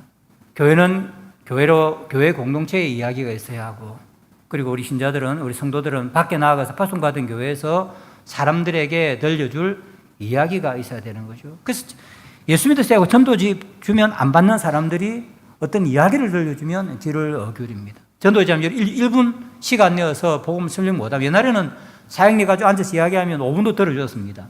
요즘 10초도 안 들어줍니다. 바로 가버리죠. 그런데 어떤 친구든 가까운 사람이든 이웃이든 대화가 시작되고 이야기가 시작되어지면 30분도 들어줍니다. 그래서 우리가 복음을 전할 때 그냥 슬로건이 아니라 우리는 파송받은 세상에서 우리가 만나는 사람들에게 개인 이야기를 들려주는 것이죠. 개인 이야기가 어떤 이야기입니까? 우리 성경에도 있죠. 나사로와 탕자의 비유에 대한 그림입니다. 아버지를 버리고 아버지의 재산을 받아서 방탕에 갔다가 돌아온 탕자의 이야기죠. 바로 우리의 이야기입니다. 그리고 또 죽었다가 살아난, 나흘 만에 살아난 나사로의 이야기입니다. 저 탕자가 나가서 사람들에게 아버지를 자랑하면 엄청나게 자랑했겠죠. 나는 이런 사람이었습니다. 아버지가 나를 받아주었습니다.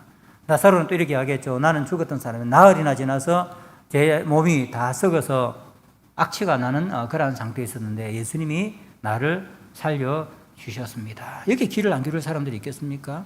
오늘 우리는 탕자도 아니고 나사도 아니지만 우리에게는 각각의 이야기가 있죠. 사람들이 나와서 이런 복음을 전할 때에 예수 믿으세요 이렇게 하지 말고 예수님이 내 삶에 어떤 일을 하셨는가, 내가 예수 믿고 난 뒤에 나에게 어떠한 변화가 일어났는지 그것을 나아가서 이야기해 주면 사람들이 귀를 기울입니다.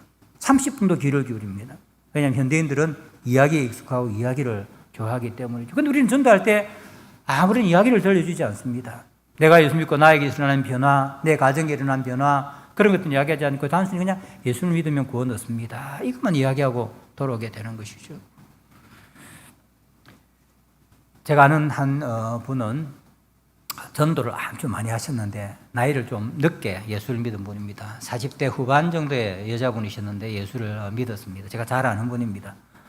이분이 전도를 많이 하셨는데 이분은 사람들이 이분의 삶을 잘 알죠. 특히 이분을 전도하는 분들은 이분을 잘 아시는 분들이 많습니다. 잘 모르는 분들이라도 이분이 전도할 때 너희들 예수 믿으라 라면 왜요? 이렇게 이야기합니다. 그러면 그분이 하는 이야기가 항상 단어가 뭐예요? 예수 믿으면 팔자가 고쳐진다. 젊은 사람이 팔자를 잘 모르죠. 옛날 분들은 팔자라는 게 뭐냐면 운명처럼 내가 그런 팔자를 타고 났기 때문에 내 삶이 이렇게 불행하고 운명론이죠. 나의 삶이 이렇다. 그런데 예수를 믿으면 예수님께서 내 팔자를 고쳐주신다. 이게 이분이 전도하는 방법이었습니다. 아주 어려운 일제시대 때 태어나서 일제 말기에 태어나서 한국 전쟁을 겪으시고 많은 인생의 우여곡절을 겪은 그런 분입니다. 이 사람은 포기하고 살았습니다. 이분은 왜냐하면 내 운명이 그러려니, 그리고 미션을 믿으니까 못 하나 제대로 받지 못하고 혹시 내가 어떤 내 주위에 있는 신들이 내가 뭘 잘못하면 우리 자녀들에게 어떠한 악한 일을 하지 않을까 하는 두려움으로 평생을 사신 분이에요. 그래서 교회 가자는 이야기는 들었지만 두려워서 자기가 예수 믿으면 자기 그때 당시 생각에는 신을 바꾸는 것이니까 지금까지 있던 신이 어떤 노예에서 아이들에게 자녀들에게 어떤 악행을 저지르고 본인에게도 그런 일을 하지 않을까, 이게 두려워서 교회를 가지 못한 분이에요. 그런데 전도를 받아서 교회를 갔습니다. 삶이 완전히 변했습니다. 그리고 수많은 하나님의 복, 그 성령의 은혜로 삶의 중생을 했을 뿐만 아니라 엄청나게 많은 복을 받았습니다. 그래서 이분은 간증이 생긴 것이죠.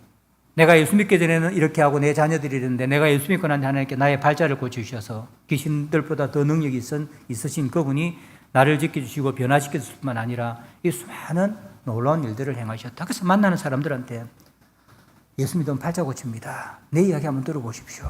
한 10분만 이야기하면 사람들이 빨려 들어갑니다. 귀과 눈명을 가지신 분이네요. 그 사람의 노력으로 이렇게 되는 건 아닙니다. 우연으로도 되는 것 아닙니다. 바로 우리가 예수를 믿을 때에 이러한 일이 일어나고 나를 보십시오. 그리고 이분이 전도한 분들 보면 이름들이 제가 그분들 물어보니까 아주머니 이름들이 보면 달란주점 이름까지 많습니다. 1번지 누 이렇게 보면 왜냐하면 자기와 비슷한 그 사람들에게 찾아가서 그분들도 삶이 다 힘들죠. 너희들도 예수 믿고 팔자를 고쳐서 나와 같은 복된 삶을 살라. 그 말에 귀를 기울이고 교회로 찾아오는 것이죠. 그리고 그런 변화가 일어나는 것입니다. 저는 터키에서 선교사로 19년 동안 사역을 했습니다. 우리 교회에서 전도 제일 많이 한 분이 바로 이 이야기를 가지신 분이에요. 가점이라고 하는 분이 있었는데 이분은 이슬람 국가인데도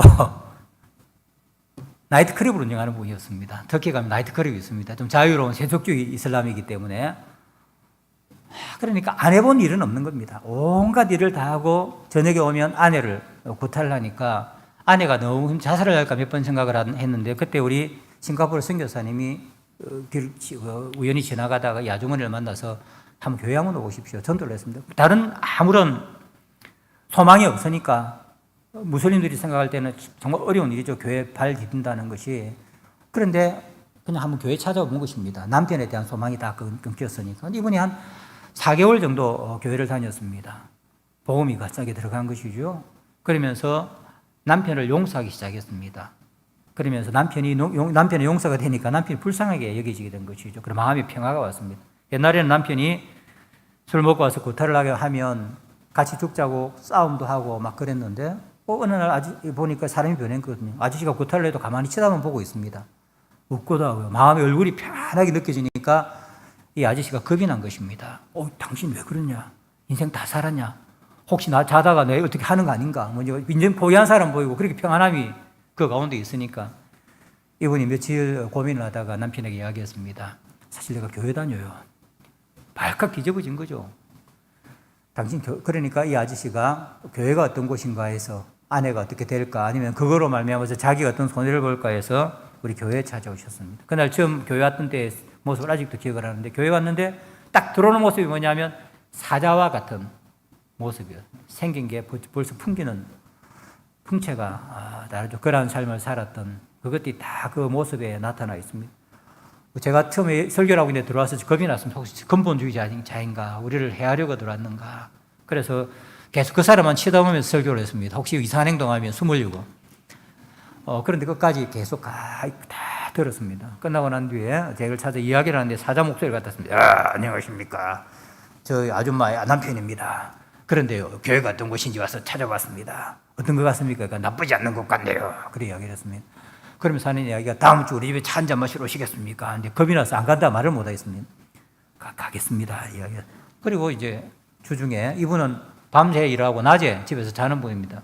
나이트클럽을 운영하시니까 그 시간 약속을 정해서 성경을 한 권 들고 찾아갔습니다. 이야기를 하니까 자랑이 전부 다 뭐냐면 나쁜 일 된 것. 골라서 그게 뭐냐면 세상 사람들의 자랑 아닙니까? 나는 술을 이렇게 먹어도 잘 안 취하고 이런 일도 했고 저런 일도 했고 그러면서 몸을 보여주는데 이거는 여기에서 칼을 맞은 거고 여기는 여기에서 총을 맞은 거고 덕기는 총을 마음대로 소지합니다. 제가 칼을 몇 번 맞고 총을 몇 번 맞았습니다. 근데 지금까지 살아있어요. 했습니다. 그렇습니까? 근데 어떤 생각이 드는지 갑자기 저한테 당신이 목사라고 이야기하니까 질문 하나 합시다. 무엇입니까? 근데 내가 왜 안 죽고 지금까지 살아있을까요? 내가 어떻게 합니까? 제 왜 안 죽고 지금까지 살아있니? 이게 총을 맞고 칼을 맞았으면 죽여야 되는데 아직도 살아있는 자신이 신기했는지 당신은 목사이니까 한번 질문을 하겠는데 왜 내가 지금까지 죽지 않고 살아있습니까? 라고 질문을 했습니다. 제가 기도해서 하나님 좋은 대답하게 해주십시오. 그래서 제가 마음 먹고 딱 이야기했습니다. 바른 이야기해줘. 예. 그 전에 죽었으면 당신 그렇게 악한 일도 하고 지옥 가지 않았겠습니까? 하나님이 거기에 대한 벌을 내리셨을 텐데 하나님이 당신에게 지금 기회를 주고 있는 것입니다. 그러니까 지금이라도 잘못을 뉘우치고 회개하고 하나님을 믿으십시오. 그런데 내가 얼마나 다 잘못한 게 많은데 내가 선한 일을 한다고 해서 그게 해결이 될까요? 제가 성경을 펼쳐 보십시오. 사람이 어떤 일을 했든 과거는 어땠든 예수를 믿으면 바로 예수님께서 그 사람의 죄를 다 짊어지시고 죄값을 십자가에서 지불하셨기 때문에 용서함을 받습니다. 빛이 아무리 많다 하더라도 갚아주는 사람이 있으면 빛이 다 없어지는 것 아닙니까? 당신의 죄는 빛이라고 이야기한다면 바로 예수님께서 당신의 빛을 다 갚아주셨습니다. 중요한 것은 당신이 예수를 믿어야 됩니다. 웃으면서 하하하 그래요 이야기했습니다. 그리고 성경을 주고 왔습니다. 그 다음 주에는 교회 안 올 줄 알았습니다. 그런데 이 양반이 그 다음 주에 또 왔습니다. 그 옆에는 아무도 안 왔습니다. 무서우니까 사람들이 술 냄새도 풍기고 앉아 있으니까 누가 좋아하겠습니까? 한 달째 계속 오니까 우리 성도들이 저한테 찾아왔습니다. 좀 특히 사람들이 저분 교회 좀 안 오게 할 수 없느냐? 왜냐하면 저 사람들이 전도를 못 하겠다. 저런 이상한 사람, 온 동네 사람이 아는 그런 사람이 질이 안 좋은 사람이 교회에 안 있으면 우리가 교회는 선한 곳인데 전도를 할 수 있겠습니까? 그래서 제가 이야기했습니다. 여러분 교회를 오해하고 있습니다. 교회는 호텔이 아닙니다. 교회는 병원입니다. 병원은 온갖 병든 사람이 와서 예수님도 말씀하시지 않습니까? 병든 사람에게 건강한 사람이 필요 없고 병든 사람에게 내가 필요해. 예수님만 영혼을 고치시는 의사고 우리는 야전 병원입니다. 그건 자꾸 호텔로 생각하지 마십시오. 그러니까 우리 성도님도 할 말이 없잖아요. 목사가 바른 이야기를 하니까. 그래요. 그래도 마음이 안 좋습니다. 그래서 제하고만 차를 마셨습니다. 근데 이분이 계속해서 석 달을 쉬지 않고 교회를 나왔습니다. 주일만 되면 잠자지 않고 교회에 나왔는데 얼굴이 제가 느낌이 좀 변하는 느낌이 든다. 뭔가 이렇게 지금 복음이 그 사람에게 성령께서 역사하시고 있다는 그러한 이제 확실히 들었습니다. 어느 날 제가 설교를 하고 있는데 손을 번쩍 들었습니다. 할 말이 있습니다. 그래서 제가 설교할 때 사람들이 이야기하면 설교 마치고 이야기하십시오 이야기하는데 겁이 나서 하십시오 이야기했습니다. 과음이라도 지를까 봐. 근데 갑자기 가만히 있더만 제 같은 사람도 예수님을 믿으면 예수님께서 용서해 주실까요? 하면서 닭똥 같은 걸 흘리는 예배를 중단을 했습니다. 예배를 드릴 수가 없죠. 우리 성도님들이 다 모여서 그래봤자 20명밖에 안 됩니다. 다 모여서 그분을 위해서 완전히 하나님 앞에 기도했습니다. 그 사람이 변한 거죠. 끝나고 난 뒤에 저한테 물었습니다. 저는 이제 새로운 사람이 되었습니다. 어떻게 살아갈까요? 예, 나이트클럽 당장 정리를 하십시오. 클럽을 정리를 하십시오. 두말하지 않고 정리를 했습니다. 그리고 밭을 사서 농사를 지었습니다. 이분은 간증했죠. 이분이 전도의 대장입니다. 그리고 난 뒤 이분이 그 사자와 같은 사람이 양같이 목소리나 행동이나 사람이 많이 변해져 성령께 새로운 사람을 만들으신 것입니다. 이분은 나아가서 전도할 때 간단합니다. 옛날에 나를 기억하시죠? 제가 이렇게 변했습니다. 바로 예수를 믿으면 내 같은 사람도 하나님 죄를 다 용서해 주실 뿐만 아니라 새로운 삶으로 만들어 주셔서 이전에 내가 그런 일을 하고 살 때에는 매일 바닷물을 마시는 것 같은데 이제는 생수를 마십니다. 목마르지 않습니다. 여러분들도 예수를 믿으십시오. 사람들이 귀를 기울이지 않을 수가 없죠. 이것이 바로 이야기, 개인의 그 이야기입니다. 현대인들은 이런 식의 전도를 좋아합니다. 그런데 문제는 뭐냐면 우리가 간증이 없잖아요. 여러분들 누구에게 간증 드릴 간증이 있습니까? 내 삶이 어떻게 변했는지, 예수님께서 나를 어떻게 변화시켰는지, 우리의 가정을 어떻게 변화시켰는지 간증이 있어야 사람들에게 이것을 전해줄 텐데 우리는 그런 간증이 생각이 잘 안 납니다. 그래서 우리가 기도를 많이 해야 되는 것이죠.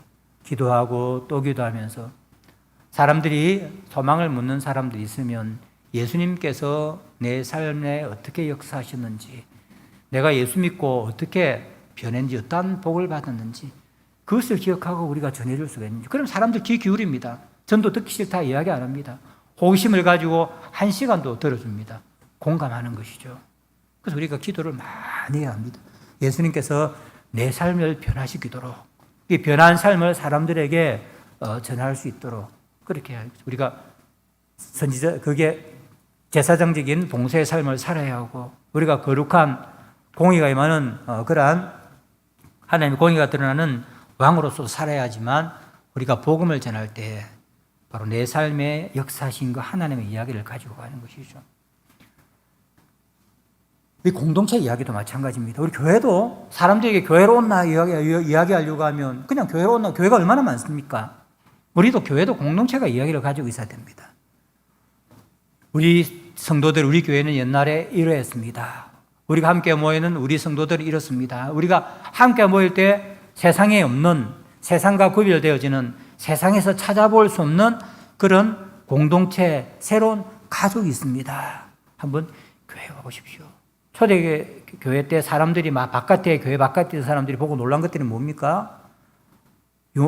모든 재산을 내 것이라는 것이 없고 함께 나누고, 에베소 교회 같은 경우는 뭡니까? 종과 주인이, 남자, 여자, 헬라인과 유대인과 야만인이 그리스도 안에서 다 하나가 되어서 누가 높고 누가 낮고, 네가 낮고 네가 모질하고 이런 것이 없이 그리스도 안에서 하나가 되는 이야기, 이게 바로 교회 아닙니까? 사람들이 보고 깜짝 놀란 것이죠. 그게 바로 교회가 가지고 있는 이야기입니다. 공동체 이야기라고도 할 수 있죠. 우리 수정교회도 이런 공동체 이야기, 그래서 사람들에게 우리 공동체 이야기를 들려줘야 되는 것이죠. 제가 초대교회 자료들을 보면서 주후 130년경입니다. 교회가 아주 핍박이 심할 때죠. 요한계시록이 기록되고 난 한 3, 40년 뒤의 이야기입니다. 비우스라고 하는 황제가 기독교인들을 엄청나게 박해를 하던 그런 시절입니다. 그런데도 교회는 계속해서 성장을 했습니다. 그때 우리 멜리드라고 하는 우리 서대 7교회 중에는 4대에 있던 한 분이 황제에게 편지를 썼습니다. 그 편지에 이런 이야기가 있습니다. 제가 한번 읽어보겠습니다. 그들은 바로 그리스도인입니다. 교회입니다.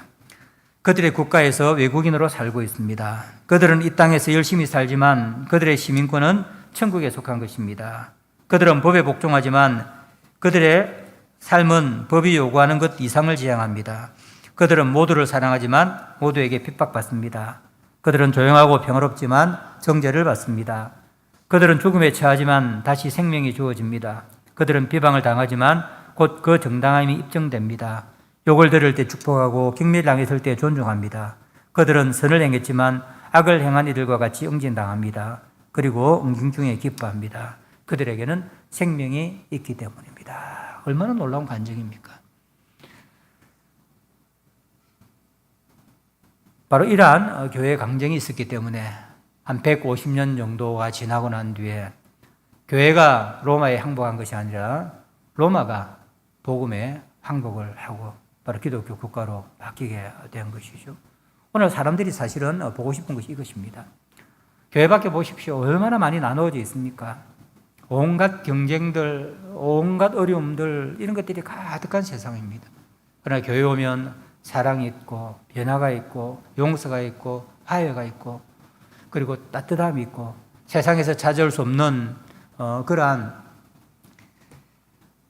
사랑이 넘쳐나고 그리고 무엇보다도 무엇입니까? 우리의 삶이 그곳에 가 있게 되어지면 갱신되고 변화되어진다는 그런 간증이 있어야 되는 것이죠.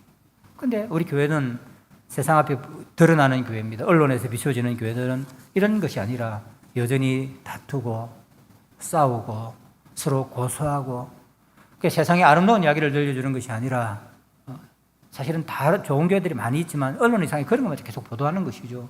그래서 교회의 이미지가 점점 가라앉게 되어지고 그런 상태에서 우리는 선교의 전도의 사명을 제대로 감당할 수가 없는 것입니다. 그리고 우리가 서로 사랑해야 합니다. 우리 교회를 위해서 기도를 많이 하셔야 됩니다. 우리 교회가 바로 초대교회와 같이 오늘 이 간증을 한 것과 같이 우리 모든 성도들이 이런 성도가 되어서 우리 수정교회가 간증을 가져야 되죠. 그래서 이런 간증이 있으면 우리 교회 한 번만 발만 디딘게 되어지면 어떠한 사람이든지 그의 과거가 어땠든지 그게 어떠한 문제를 가지고 있든지 우리 교회에 발을 딛기만 하고 이 공동체에 들어오기만 하면 저 사람도 구원받고 우리와 같이 예수를 믿는 새 사람 그리고 우리와 기쁨을 함께 나누고 사랑을 나누는 그러한 사람이 된다고 하는 그런 우리가 확신 있게 되어질 때 우리가 전도하는 것입니다. 그것은 다른 말로 이야기하면 교회의 소문이 좋게 퍼지는 것이죠. 사람들이 그 교회 한번 가봐라. 가끔 가다 보면 교회 안 다니는 사람이 교회 전도하는 경우가 많습니다. 교회 찾죠? 어느 교회 찾습니까? 한 번 그런 일이 있었습니다. 그 장애에서 설교하러 갔었는데 이렇게 기사분이 저한테 물었습니다. 어디 갑니까? 그래서 내가 교회를 찾고 있는데요. 그러니까 그 교회 가지 마시고 이 교회 가세요. 아마 제가 설교하러 가는 목사인 줄 모르고 교회를 찾고 있는다고 생각했는지 제가 물어봤습니다. 그러니 좀 관심 있잖아요. 왜 이분이 그 교회 이야기를 하시는가? 그리고 저 교회는 가지 말라고 저 교회는 가라는가? 제가 물어봤습니다. 기사 선생님 혹시 예수 믿으십니까? 그 교회 출석하십니까? 저 예수 안 믿어요.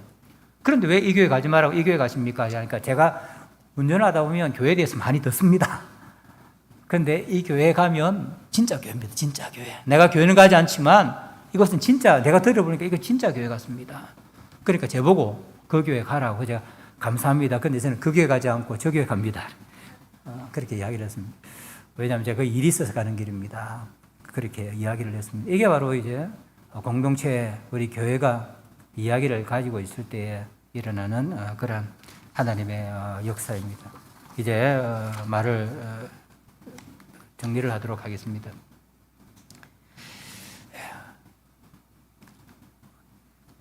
앞에가 또 사라져버렸네요.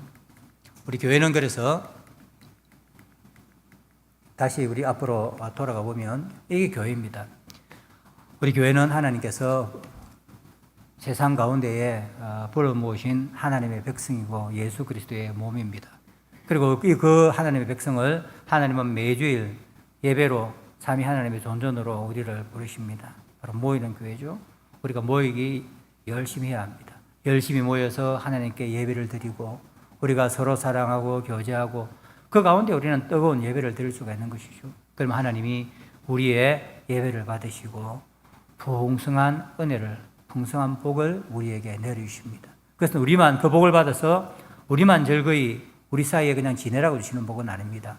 그래서 뭐냐면 우리가 복을 받아서 바로 밖으로 나아가서 세상으로 나아가서 그 받은 복을 세상 사람들에게 나누어주고 그들도 예수님께 인도하라고 주시는 그러한 복입니다. 그래서 예수님은 매주일 우리를 불러 모으시고 매주일 복을 주시고 또 그 복을 가지고 나아가서 세상으로 우리를 계속해서 파송하는 것입니다. 우리는 모이고 흩어지는 이 일을 반복하면서 이 반복하는 가운데에 교회가 성장을 하게 되는 것이죠. 이 일을 반복할 때 우리는 사실은 전도를 하는 것입니다. 받은 복을 가지고 나누어주고 그리고 또 사람들을 받은 전도를 해서 교회로 이끌면 교회가 공동체가 그 사람들을 또 전도를 하고 그래서 찾아가는 전도, 찾아오는 전도를 계속해서 반복하면서 교회는 점점 성장을 하는 것이죠. 교회가 성장한다는 말은 뭐냐면 교회가 하나님의 나라는 아니지만 바로 눈에 보이는 하나님의 통치, 하나님의 나라도 점점 성장해 가는 것입니다. 그리고 하나님은 그것을 통해서 영광을 받으십니다. 그러므로 교회의 전도는 교회 기능 가운데 하나가 아닙니다. 우리가 많은 일도 해야 되지만 그 가운데 해야 될 하나가 아니라 바로 마태복음에서 예수님께서 내가 교회를 세우리니 바로 그 신앙 고백 위에 교회를 세우리니 엄부의 권세가 이기지 못하고 열쇠를 준다. 바로 전도의 열쇠죠. 그러므로 예수님께서 교회를 세우시고 백성을 불러 모으시고 우리에게 복을 주시는 이유는 다시 세상으로 보내어 복음을 전해서 세상 사람들을 구하는 땅끝까지 복음을 전하라고 우리를 부르신 것입니다. 그러므로 우리가 해야 될 바로 세상에서의 우리의 사명, 사람들을 섬기고 하나님의 나라를 눈으로 보일 수 있도록 드러내고 또 우리의 이야기를 통해서 구원받은 이야기를 통해서 복받은 이야기를 통해서 사람들에게 복음을 전하는 선지자직 이 삼중직을 우리가 세상에서 수행할 때 우리가 교회는 성장하라고 계속 복을 받게 되는 것입니다. 그러므로 전도는 교회의 본질적인 사명입니다. 지금은 제가 전도만 이야기했지만 이것이 더 확장되어지면 바로 땅끝까지 가는 것이죠. 우리는 주위에 있는 사람들에게만 이 복음을 전할 뿐만 아니라 주위에 교회가 없고 그리스도는 없는 그 사람들에게 우리는 우리를 대표하는 선교사를 보내어서 바로 이 일을 계속해서 하는 것입니다. 그때 우리 교회는 복을 받고 성장해서 다시 세상에 나아가서 복음을 전하는 그 사명을 계속해서 감당할 수가 있을 것입니다. 올 한 해 우리 수정교회가 지금까지 그 일을 잘 해오셨지만 올 한 해 이 말씀을 기억하면서 모일 때마다 모이는 교회로서 풍성한 은혜를 받고 전도하고 또 그 받은 복을 가지고 매주일 세상 밖으로 나아가서 복음을 전해서 또 많은 사람들을 주님께 인도하는 그래서 하나님께 영광을 돌리고 또 우리 교회를 성장케 하는 그런 복된 성도 여러분들이 다 되기를 바랍니다. 지금 기도하겠습니다. 사랑이 많으신 하나님 아버지 감사합니다. 아버지께서 나를 보내신 것처럼 나도 너희를 보낸다라고 말씀하셨습니다. 제자를 불러서 주의 교회로 삼으시고 제자들 훈련시켜서 다시 세상으로 보내시는 이 말씀을 기억하면서 우리도 세상 가운데 존재하며 주님께서 우리를 세상에 보내시는 이 사명을 잘 감당하는 저희들 되게 하여 주시옵소서. 무엇보다 이 사명을 감당할 수 있도록 하나님께서 성령의 충만함을 허락하여 주시며 우리가 모일 때마다 하나님의 놀라운 복을 허락하여 주셔서 세상에 나아가 우리가 받은 복을 자랑하고 전하며 전도하는 그러한 저희들 되게 하여 주시옵소서. 예수님의 이름으로 기도드리옵나이다. 아멘.